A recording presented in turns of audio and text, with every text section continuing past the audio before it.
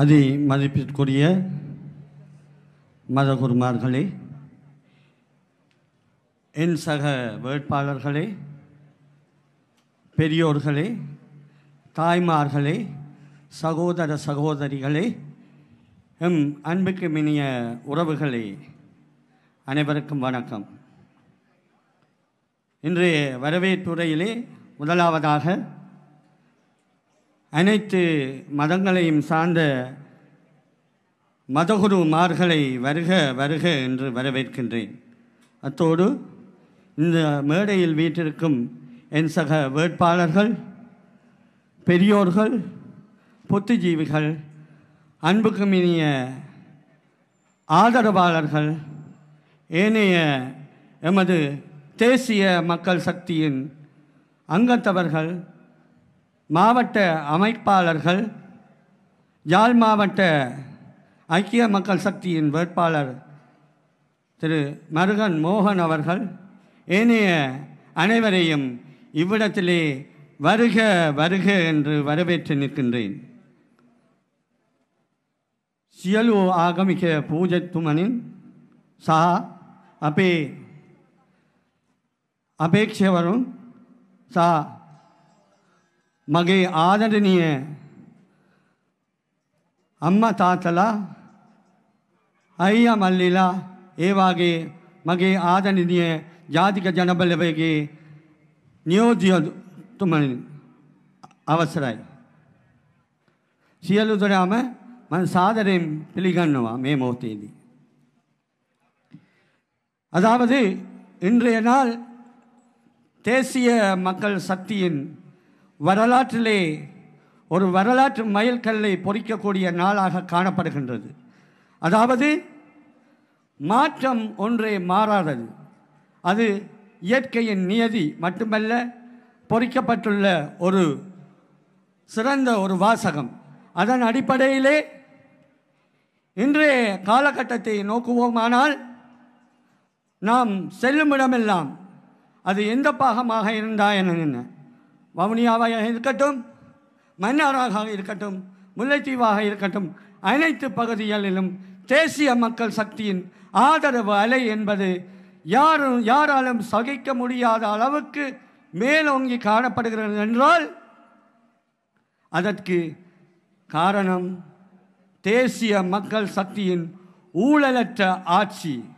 அத்தோடு அனைத்து மக்களையும் அரவணைத்து செல்லக்கூடிய செயற்திட்டங்கள் வடிவமைக்கப்பட்டு படிப்படியாக நடைமுறைப்படுத்தப்பட்டு வருகின்றன. உங்களுக்கு தெரியும், ஜனாதிபதி தேர்தலிலே தோழர் அருண்குமார திசாநாயக்க அவர்கள் வெற்றி பெற்றதன் பிற்பாடு நடைபெற்று கொண்டிருக்கின்ற அதிசயங்கள் நீங்கள் பார்க்கக்கூடியதாக இருக்கின்றது. நிச்சயமாக சினிமாக்களில் ஏற்படக்கூடியவாறான அதிசயமான நிகழ்வுகள் இவ்வளவு காலமும் கிட்டத்தட்ட 76 வருடங்களாக இந்த நாட்டை சூழ்ந்திருந்த கருமேகம், இருள் மேகம், மோசடி மற்றும் ஊழல், திருட்டு என்பனவற்றை ஒழிக்கக்கூடிய பிரகாசமான சூரிய உதயம் உருவாகியுள்ளது. அதுதான் தேசிய மக்கள் சக்தியின் ஆட்சி. உங்களுக்கு தெரியும், இங்கு நான் சொல்ல தேவையில்லை, நீங்கள் சமூக ஊடகங்கள் வாயிலாகவும் ஏனைய இலத்திரனியல் ஊடகங்கள் வாயிலாகவும் நீங்கள் அனைத்து விடயங்களையும் அறிந்து கொண்டிருக்கின்றீர்கள். நாங்கள் தேர்தல் பிரச்சாரத்திற்கு சென்றபோது பல இடங்களிலே அனைத்து இன மக்களும், அது சிங்கள சகோதரர்களாக இருக்கட்டும், இஸ்லாமிய சகோதரர்களாக இருக்கட்டும், தமிழ் சகோதரர்களாக இருக்கட்டும், பொருளாதார ரீதியில் மிகவும் பாதிக்கப்பட்ட நிலையிலே அவர்கள் பெரும் துன்பத் துயரங்களில் வாழ்ந்து கொண்டிருக்கின்றார்கள். உணவின்றி உடுக்க உடையின்றி, மாணவர்களுக்கு பிள்ளைகளுக்கு கற்பதற்கு கற்றல் உபகரணங்களை வாழ்வதற்கு வசதி இல்லாமல் மிகுந்த சிரமத்திற்கு மத்தியில் வாழ்ந்து கொண்டிருக்கின்றார்கள். இதற்கு காரணமானவர்கள் யார்? நாங்கள் 76 வருடமும் பிரபுக்களினிடம் ஆட்சியை கொடுத்தோம். கண்ட பலன், நாங்கள் பங்களோத்து நாடாக ஆகிவிட்டோம். இதிலிருந்து மாற்றம் பெறுவதற்கு எங்களுக்கு விமோசனமே இல்லையா என்று மக்கள் ஏங்கி தவித்த இந்த நேரத்திலே தேசிய மக்கள் சக்தியின் ஆட்சி பிறந்துள்ளது. இந்த ஆட்சியை நீங்கள் பொதுமக்களாகிய நீங்கள் நிச்சயமாக எமது ஜனாதிபதியினுடைய அந்த கரங்களை பலப்படுத்துவதற்காக எதிர்வரும் 14ஆம் தேதி நடைபெற இருக்கின்ற பாராளுமன்ற தேர்தலிலே தேசிய மக்கள் சக்தியின் திசைகாட்டி சின்னத்துக்கு வாக்களித்து ஊழலுக்கும் மோசடிக்கும் இனவாதத்துக்கும் சாட்டை அடி வழங்க வேண்டும் என்று இவ்விடத்திலே அன்பாக கேட்டுக்கொள்கின்றேன். எதிர்கட்சிகள் கூறுகின்றார்கள், போலி பிரச்சாரங்கள் சேறு பூசுவதற்கு ஆரம்பித்துள்ளார்கள். அவர்கள் எடுத்துள்ள ஒரே ஆயுதம் இனவாதம். எங்களது கட்சியிலே இனவாதம், மதவாதம், பிரதேசவாதத்துக்கு எப்போதும் இடமில்லை, நிச்சயமாக எப்போதும் இடமில்லை. இவை அனைத்துக்கும் 14ஆம் தேதி முடிவு கட்டப்படும்.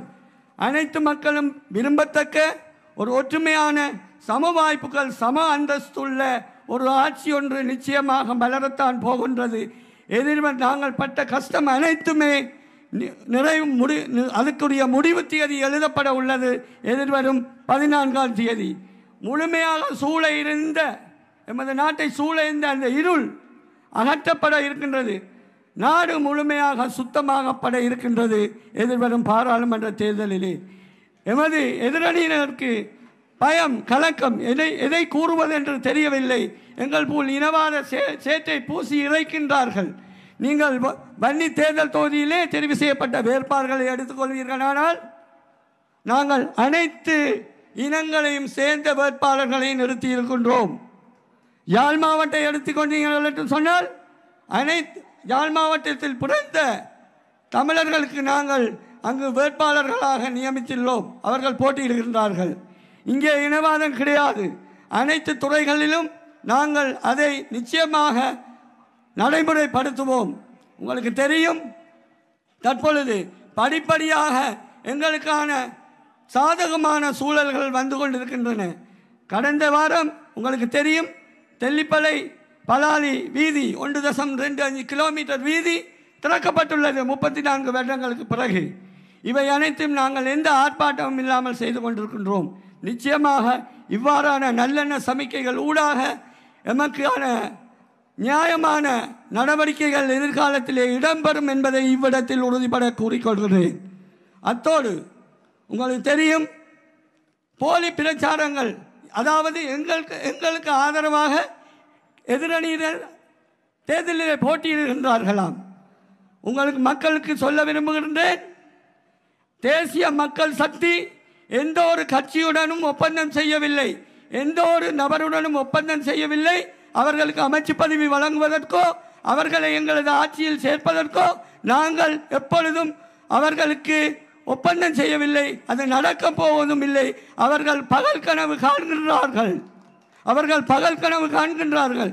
நிச்சயமாக அவர்கள் அனைவரும் பொம்மைகளாக இருந்துவிட்டு செல்ல போகின்றார்கள். அவர்கள் இறைத்து, அதாவது எமது இலங்கை எடுத்துக்கொண்டால் வன்னி தேர்தல் தொகுதியிலே அதிக அளவு பணத்தையும் அதிக அளவு பொருட்களையும் சலுகை பொய்யான வாக்குறுதிகளையும் அள்ளி இறைக்கின்றார்கள். கோடிக்கணக்கிலே அள்ளி இறைக்கின்றார்கள். இது யாருடைய பணம்? எனவே இந்த பணத்தை, அள்ளி இறைத்த பணத்தை உங்களுக்கு கிள்ளி வீசுகின்றார்கள். இவ்வாறான போலியானவர்களை நம்ப வேண்டாம். தேசிய மக்கள் சக்தியின் திசைகாட்டி சின்னத்துக்கு வாக்களிப்போம். திசைகாட்டி சின்னத்துக்கு வாக்களிப்பதன் மூலமாக அழகான ஒரு தேசத்தையும் வளமான ஒரு நாட்டையும் நாங்கள் உருவாக்குவோம் என்று கூறிக்கொள்கின்றேன். சிங்கள சகோதரன்ட்ட வினாடிய கதாக்கள் මංගියා අපේ සිංහල සහෝදර ගම්මාල ගියා. මට හිතට හරි දුක් විඳුණා. ඒ කියන්නේ ඒගොල්ලන් කිසිම ආර්ථික වශයෙන් කිසිම මොකුත් නැතුව ඒගොල්ලන් ජීවත් වෙන්නේ. ඒගොල්ලන් උඟක් අමාරුවෙන් ජීවත් වෙන්නේ. ඒගොල්ලන්ට හොඳ ගෙයක් නැහැ, ඉඩමක් නැහැ. ඒ විදිහට ළමයිව ඉස්කෝලේට දාලා ළමයිව ඉගෙන ගන්න ඒගොල්ලන්ට බඩුවේම අරන් දෙන්න විදියක් නැහැ. එහෙම නැහැ. අපි අපේ ආණ්ඩුවේ ජාතික ජනබලයේ ආණ්ඩුවේ මේක වෙනස් කරනවා, අනිවාර්යෙන් වෙනස් කරනවා කියලා මෙතනින් මම ප්‍රකාශ කළා. ලියන්න වෙනවා සුදී.